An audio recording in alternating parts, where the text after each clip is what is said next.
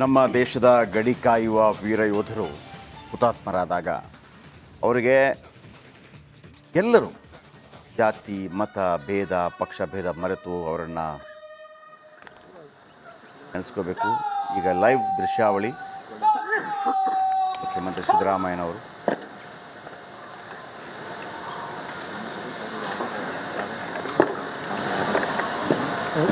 ಗೌರವ ನಮನವನ್ನು ಸಲ್ಲಿಸ್ತಾ ಇದ್ದಾರೆ.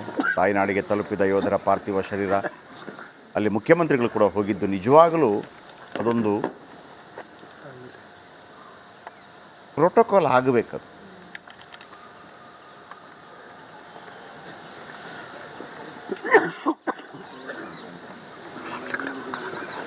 ಸ್ವಲ್ಪ ಹಿಂದೆ ಬರೋಣ ಈ ಕಡೆ, ಸ್ವಲ್ಪ ಹಿಂದೆ ಬನ್ನಿ.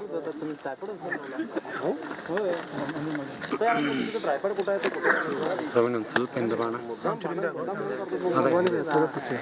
ರವೀಣ್ ಒಂದು ಸ್ವಲ್ಪ ಹಿಂದೆ ಹಾಕೋಣ. ನೇರ ಪ್ರಸಾರದಲ್ಲಿ ನೋಡ್ತಾ ಇದ್ದೀರಿ ಮುಖ್ಯಮಂತ್ರಿ ಸಿದ್ದರಾಮಯ್ಯನವರು. ಕಂಬಟ್ಟು ಬಂತ ಏನು ಮಾಡೋದು ಯೋಧರ ಪಾರ್ಥಿವ ಶರೀರಕ್ಕೆ ಸೆಲ್ಯೂಟ್ ಮುಖಾಂತರ ನಮನವನ್ನು ಸಲ್ಲಿಸಿದ್ರು. ಜೊತೆಗೆ ಕುಟುಂಬಸ್ಥರನ್ನು ಕೂಡ ಭೇಟಿಯಾದರು. ಸೈನ್ಯಕ್ಕೆ ಸಂಬಂಧಪಟ್ಟ ಅನೇಕ ನೋಡಿ ನಮ್ಮಗಳಿಗೆ ಅಲ್ಲಿ ಸ್ಟಿಲ್ ಫೋಟೋಗ್ರಾಫರ್ಗಳನ್ನು ಓಡಿಸಿ ಅಂತ ನಾವು ಅಂದರೆ ಎಲೆಕ್ಟ್ರಾನಿಕ್ ಮೀಡಿಯಾದವರು ಫೋಟೋ ಬರಬೇಕಲ್ಲ, ವಿಡಿಯೋ ಬರಬೇಕಲ್ಲ, ಅವರಿಗೆ ನಮಗೆ ಬೇಕು ನೀವೇನ್ರಿ ಮಾಡ್ತೀರಿ ಅಂತ ಅವರು ಎಲೆಕ್ಟ್ರಾನಿಕ್ ಮೀಡಿಯಾ ಮಾತ್ರನಾ, ನಮಗೆ ಫೋಟೋ ಬೇಡುವ ಅಂತ ಸ್ಟಿಲ್ ಫೋಟೋಗ್ರಾಫರ್ಸು. ಇದೊಂದು ಫೈಟ್ ಆಗ್ತಾನೆ ಇರುತ್ತೆ.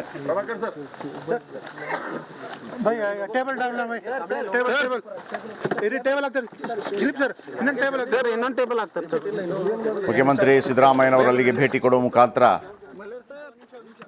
ಅಗಲಿದ ವೀರ ಯೋಧರಿಗೆ ಗೌರವ ನಮನ ಸಲ್ಲಿಸಿದ್ದಾರೆ. ಮಿಲಿಟರಿ ಗ್ರೌಂಡ್ ಬೆಳಗಾವಿಯಲ್ಲಿ ಒಂದು ಅದ್ಭುತವಾದ ಗೆಸ್ಚರ್ ಇದು. ಸಾಧಾರಣವಾಗಿ ಬೇಕಿದು, ಯಾಕಂದರೆ ರಾಜ್ಯಗಳು ಒಮ್ಮೊಮ್ಮೆ ಅಲ್ಲಿಯ ಉಸ್ತುವಾರಿಗಳು ನೋಡ್ಕೋತಾರೆ. ಬಟ್ ಮುಖ್ಯಮಂತ್ರಿಗಳೇ ಹೋದರೆ ಅದಕ್ಕಿರುವಂಥ ಒಂದು ಮಹತ್ವ, ಅದಕ್ಕೊಂದು ಗೌರವ ಬಂದ್ಬಿಡ್ತದೆ. ಯಾವುದೇ ರಾಜಕೀಯಗಳಿರಲಿ, ಇಲ್ಲೆಲ್ಲ ರಾಜಕೀಯ ಮೇಲಾಟಗಳು ಮಾಡಬಾರ್ದು. ಮುಖ್ಯಮಂತ್ರಿ ಸಿದ್ದರಾಮಯ್ಯ ಎಲ್ಲ ಯೋಧರಿಗೂ ಕೂಡ ನಮನ ಸಲ್ಲಿಸ್ತಾ ಇದ್ದಾರೆ, ನಮಿಸ್ತಾ ಇದ್ದಾರೆ.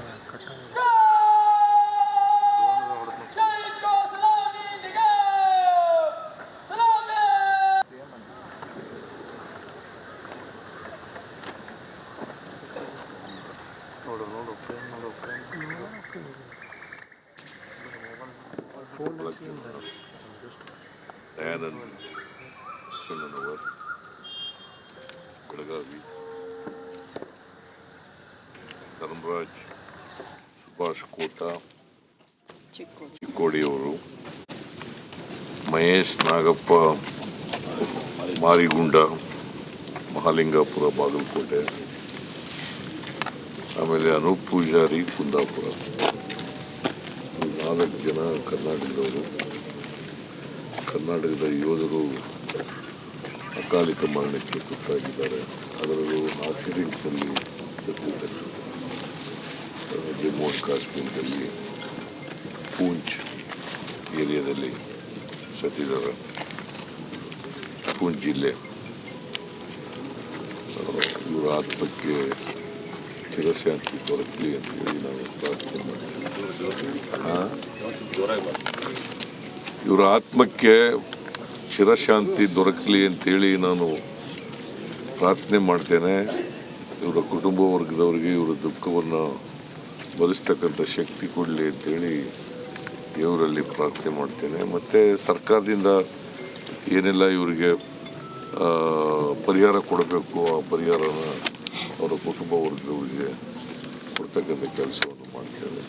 ಬಟ್ ಇವರು ದೇಶ ಕಾಯೋರು. ಯಾವತ್ತು ದೇಶದಲ್ಲಿ ಸೈನಿಕರು, ಉಪಾಧ್ಯಾಯರುಗಳು ಮತ್ತು ರೈತರು, ಇವರು 3 ವರ್ಗದ ಜನ ಭಾಳ ಮುಖ್ಯ ದೇಶಕ್ಕೆ. ಸೊ ಇವರು ದೇಶವನ್ನು ಕಾಯ್ತಕ್ಕಂಥ ಜನ. ದೇಶದ ರಕ್ಷಣೆ ಮಾಡ್ತಕ್ಕಂಥ ಜನ. ಇಂಥ ಜನರು ಅಪಘಾತದಲ್ಲಿ ಸತ್ತಿರ್ತಕ್ಕಂಥದ್ದು ಭಾಳ ನೋವನ್ನು ಉಂಟು ಮಾಡಿದೆ. ಮತ್ತು ಇದು ಒಂದು ದೊಡ್ಡ ನಷ್ಟ ಅಂತೇಳಿ ನಾನು ಭಾವಿಸ್ಕೊಂಡಿದ್ದೆ. ಇವರೆಲ್ಲರ ಆತ್ಮಕ್ಕೆ ಶಾಂತಿ ಸಿಗಲಿ ಅಂತೇಳಿ ನಾನು ಪ್ರಾರ್ಥನೆ ಮಾಡ್ತೀನಿ.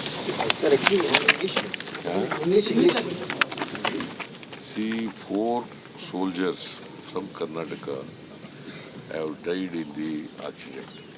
That is in the Jammu and Kashmir state, in Poonch district. They are all from Karnataka.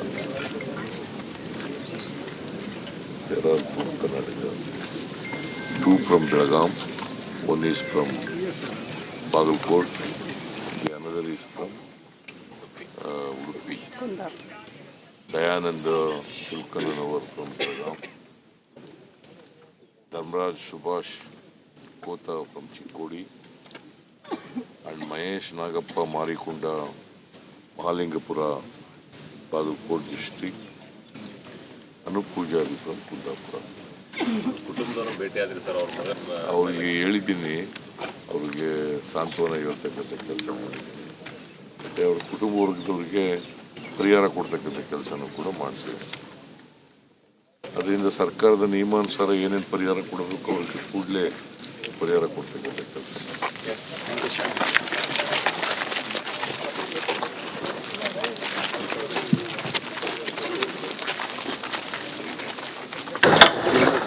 Okay, ಪೂಂಚ್ನಲ್ಲಿ ಇದು ಬೆಳಗಾವಿ ಸಾಂಬ್ರಾ ಏರ್ಪೋರ್ಟ್ನಿಂದ ಮೃತದೇಹ ಶಿಫ್ಟ್ ಮಾಡಿದ್ದಾರೆ.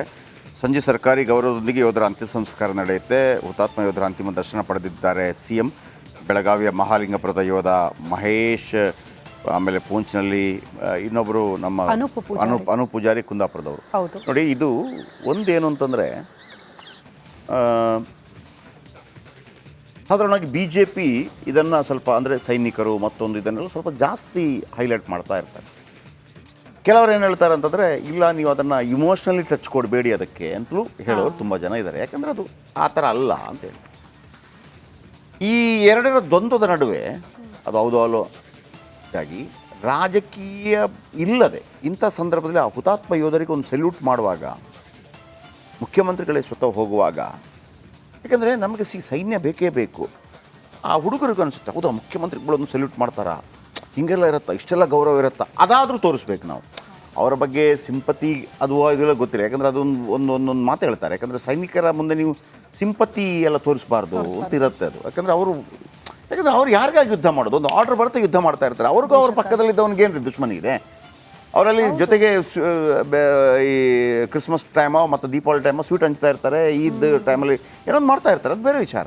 ಸೊ ಹಾಗಿರುವಾಗ ಆದರೆ ಅದು ಬೇರೆ, ಅದು ಚರ್ಚೆ ವಿಷಯ. ಆದರೆ ಇವತ್ತು CM ಹೋದ್ರಲ್ಲ, ಇದು ಒಂದು ಅದ್ಭುತವಾದಂಥ ಒಂದು ಗೆಸ್ಚರ್. ಅಂದರೆ ಪ್ರತಿ ಸಲ ಇದಾದ ತಕ್ಷಣ ಒಂದು ಮಾಡಿಬಿಡ್ಬೇಕು ಎಲ್ಲರೂ ಕೂಡ ಅಂತ ಇಲ್ಲ.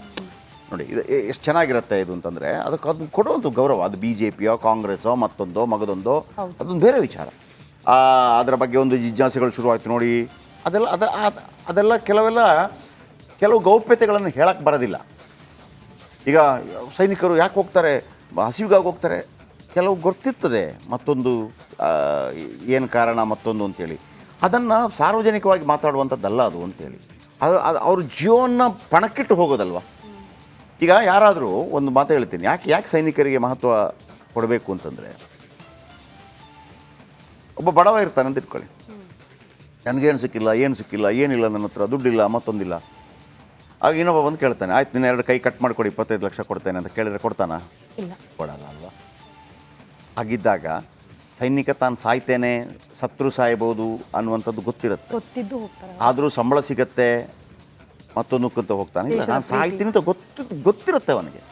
ಸಾಯ್ತೀನಿ, ದುಡ್ಡು ಸಿಗತ್ತೆ ಅಂತ ಹೋಗುವವನಿದ್ರೆ ಜೀವಂತ ಇರೋನ ಹತ್ರ ಕೇಳ್ಬೋದು, ನೋಡಪ್ಪ ನಿಂದು ಒಂದು ಏನು ಇನ್ನೊಂದು ಕೈ ಹೋಗಿದೆ, ಆಪ್ರೇಷನ್ ಮಾಡ್ಬೋದಲ್ಲ, ಒಂದು ಕೈ ಕಟ್ ಮಾಡಿ ಕೊಡ್ತಾನ, ಒಂದು ಕಾಲು ಕಟ್ ಮಾಡಿಕೊಡು ಕೊಡ್ತಾನ, 50 ಲಕ್ಷ ಕೊಡ್ತೀನಿ, 1 ಕೋಟಿ ಕೊಡ್ತೀನಿ ಅಂತ ಕೊಡಲ್ಲ ಅಲ್ವಾ.